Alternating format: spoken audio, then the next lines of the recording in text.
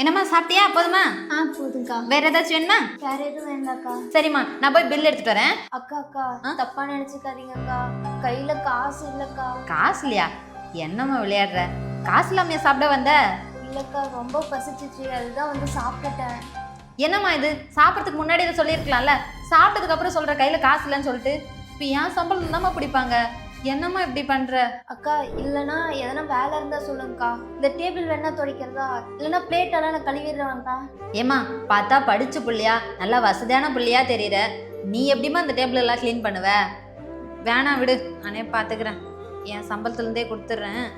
சரிம்மா, கையில் காசு இல்லாமல் எதுக்கு வெளியில் வந்த?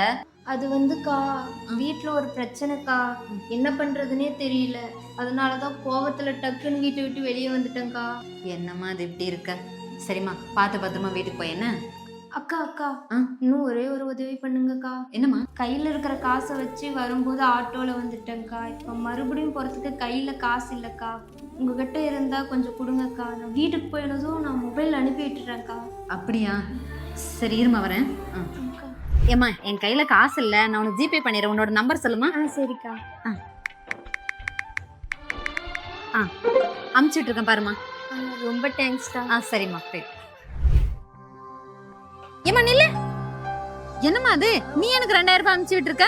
கையில காசு இல்லைன்னு தானே சொன்னேன். சும்மாதாக்கா சொன்னேன் உங்களை செக் பண்ணலான்னு. ஏம்மா? இருந்தாலும் உங்களுக்கு ரொம்ப நல்ல மனசுக்கா. இந்த காலத்துலயும் இப்படி ஆளுங்க இருக்கிறாங்கன்னு நினைக்கும் போது ரொம்ப சந்தோஷமா இருக்குக்கா. இதுல என்னம்மா இருக்கு? ஏதோ என்னால முடிஞ்ச உதவியே நான் பண்ணேன், அவ்வளவுதாம்மா. சரிம்மா, நீ கொடுத்த காசு நான் ரிட்டர்ன் அனுப்பிச்சிடுறேன். அக்கா வேணாக்கா, இது என்னோட சின்ன அன்பளிப்பா வச்சுக்கோங்கக்கா. இல்லம்மா. அக்கா ப்ளீஸ்க்கா. சரிங்க.